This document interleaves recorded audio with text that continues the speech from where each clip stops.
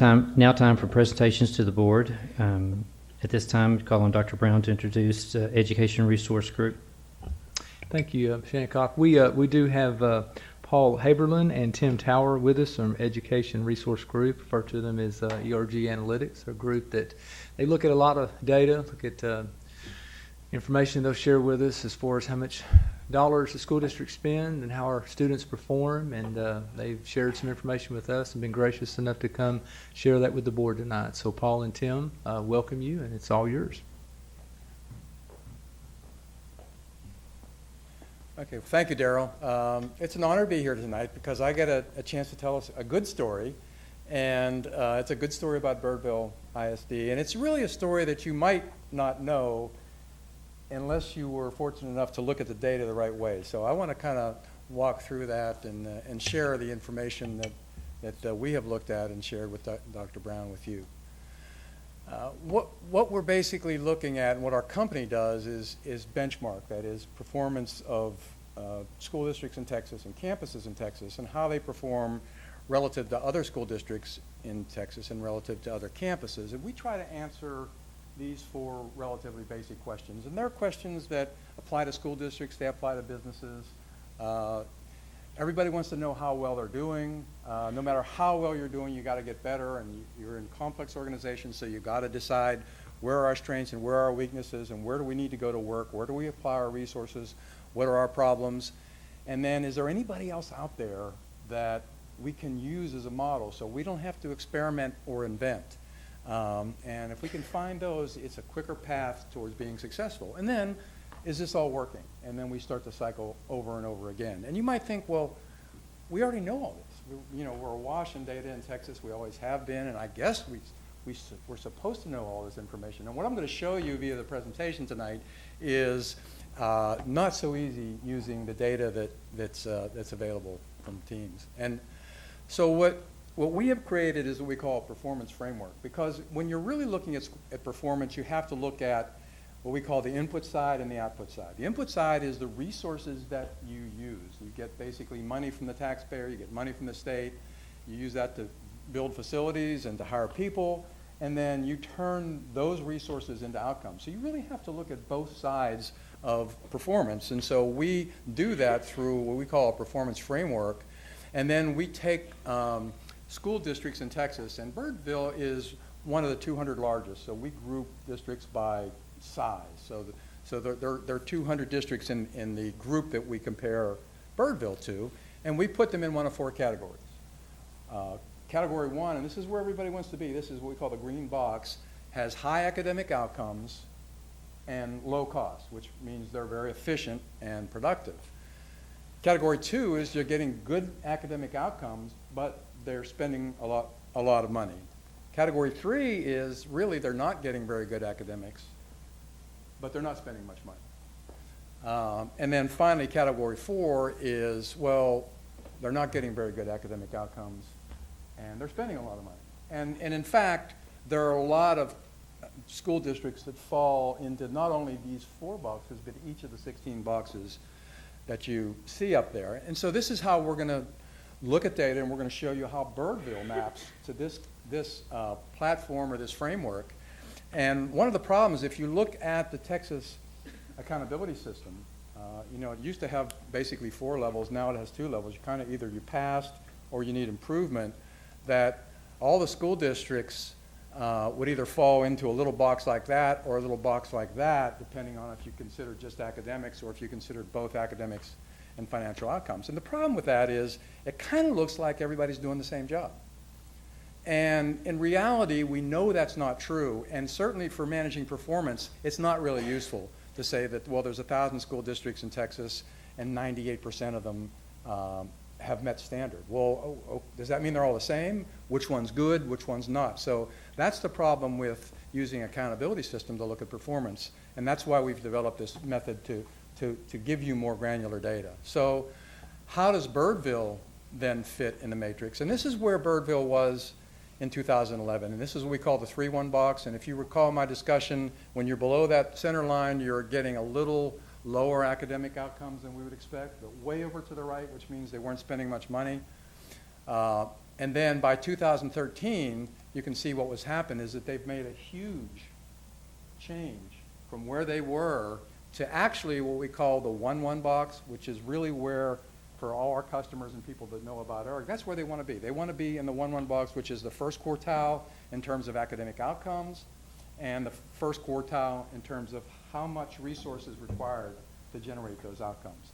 So, and that's quite a story because as we well know, the major change that happened between 2011 and 2013 is we went from the tax environment to the STAR environment. So school districts, all school districts in Texas faced a very challenging academic set of tests, and some did very well, some did not do so well. And so those that did well in the challenging STAR environment, it speaks very well for their academic programs.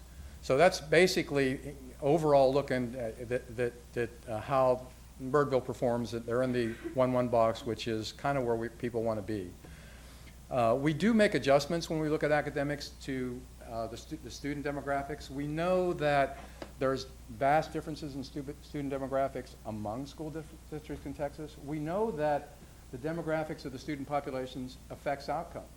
So as a result of that, you kind of want to say, well, what is happening to the demographics in Texas? And you know, the interpretation of this is that the red line is the demographics in terms of percentage of economically disadvantaged students in Birdville. The blue line is the state. So what we see between 2007 and 2013, Birdville started at 6 percentage points less in terms of economically disadvantaged students in the state. And where are they in 2013? They're right on. So what that really meant is that the demographics are more challenging and becoming more challenging faster at Birdville than they are at the state as a whole. And if you're in the programs, in the academic programs, you have to understand that, account for it, so that you can take these challenges on and make sure that you achieve high academic outcomes. So obviously that's something that was done here. But more importantly, this is the academic trends over time, over a longer period of time, because we always say you have to know how you're doing and how you're moving. So as you can see, historically, Birdville was, you see the red line being below that blue line, meaning that they were basically underperforming the sample group of 200 school districts. But beginning in 2011, they made 2 major strides up, which means they are outperforming, and to the point where now, as I say, they are in the first quartile. Now, we've been doing this for 15 years. We do it for essentially all 1,000 school districts in Texas. We've seen lots and lots of profiles. There's very few of these. And the reason there's very few performances that increase that much is that all school districts are trying to do better. So they all have meetings, they all have cabinets, they all have school boards, they all want to improve. They're all trying to improve. So to do this, you have to be improving faster than all the other school districts in order to gain performance, because it's a forced ranking system. So I started out by saying this is a good story, and that's really a big part of the good story, because this is so rare to see this kind of performance, even though we've been watching school district performance for 15 years. For example, if you look at, I looked at which districts made the most improvement between 2011 and 2013. There's only one school district among the 200 largest that improved more than did Birdville ISD in that 2-year period. So just reinforcing the fact that it's not typical to make those kind of improvements, and it's a real credit to the staff of the school district to make that happen. This is simply an example of in academics, I've said they do well in academics. What do I mean by academics? So these are the component parts. So we look at all the STAR tests, the EOC tests, graduation rates, college readiness, and the SAT and ACT. So it's a balanced scorecard. So we're looking at most of the outcome measures that we measure in terms of student performance. So it's a very broad measure of how performance is. And so it's a very robust measure. And you can see that they're in the first quartile where there's green in a number of them. And yet there's still some categories like graduation rate where they have room for improvement. And this is typical of almost all school districts. They have strengths and weaknesses, and that's how they really use our tool to decide, as my first slide said, where do we work to improve performance. And so this is simply a list of school districts, and we can see where Birdville is. So if you want to get better, it's the folks that are getting better than you are currently right now. That's how you can go to those folks and say, well, what are you doing? Because I want to continue on that path and moving forward. And then finally, kind of the final point is, we've talked a lot about academics, but what about productivity, which combines all the resources I have and the outcomes? And you can see that Birdville is just outside the top 10% of these school districts in Texas in terms of productivity, which means they are among the very best in taking resources and producing outcomes. So it's not enough, sadly, just to produce academic outcomes. You also have to be able to effectively use the resources that you're giving and produce those academic outcomes. And as we look at data, that is absolutely the case with Birdville.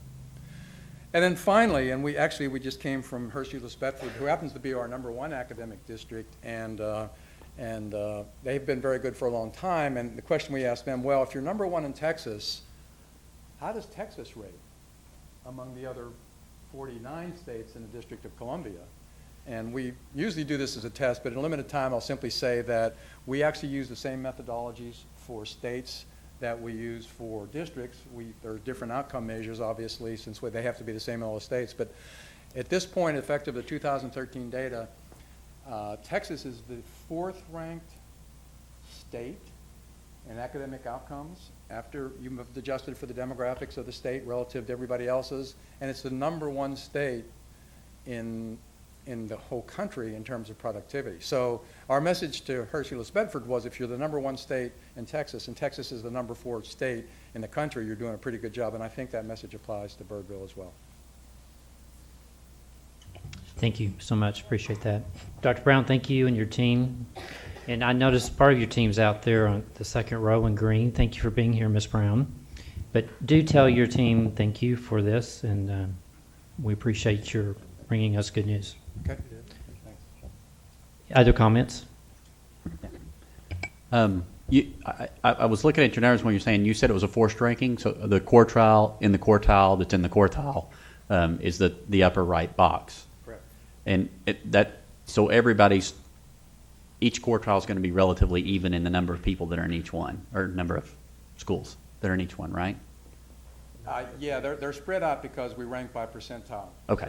So we do spread them out, and yeah, exactly. So obviously, what's the question is, what's the gap between each Right. side? Yeah. Okay. All right. And it's huge. I mean, if that was your It question. could be large. Yes, that was Yeah. what I was thinking. Yeah, it's the gaps not only in overall, but in each of the individual elements like Met Standard Current, Met Standard Final, Met Standard Advanced, Right. are enormous. Even after you've adjusted, in which case everybody should be right on that middle line. Mhm. And the difference in our mind is leadership, because if you've taken all the other variables out, the reason some folks are up there and some folks are down here is the effectiveness of the leadership team. And I hope that was your answer. Absolutely. It was exactly what my Okay. question was. Thank you. And yeah, great job to everybody, cabinet and administrators and everybody. This is awesome. Mr. Tolbert? Probably airing a little dirty laundry that I shouldn't, but our now Senator Hancock had brought this up when ERG started getting going here a few years ago. And it's kind of like when you get up in the morning, you look in the mirror and you don't look very good. And so it's like, why would we even want to be dealing with this ERG? Because it's kind of reflecting things that weren't pleasant. And but that was good. That was a good hard look in the mirror to know we needed to take some steps. And one of those steps was sitting right over here, Dr. Brown. Brought on just a crackerjack team, and to the board's credit, we gave him his number one thing that he was supposed to do was to get this school's academic ratings up. That's what this board was definitely concerned about. We need to do that, and we have limited resources here at Birdville. We've always been below the state average as far as what we get in. So he had a tough task. You're going to have less money. One hand's going to be tied behind your back, but we expect you to win every fight. And it's just been his team and Dr. Brown. It's just been amazing. And it's nice to get up and look in the mirror so we want everybody to look at ERG now because this was a good wake up for us. And so I appreciate your presentation. Like I said, it's a good story. It would only be sad if nobody knew it. So Absolutely. in my mind, I hope. And we're glad you came to share that. And just for your information, we actually used this resource to evaluate who we should hire, and your resource helped us hire Dr. Brown. Glad to hear that. And I think that's a very wide use of the resource. Thank you, Paul and Tim, for your willingness to come tonight. Thank you. Absolutely. Mr. Dr. Clark, do they know that? That is not a secret. We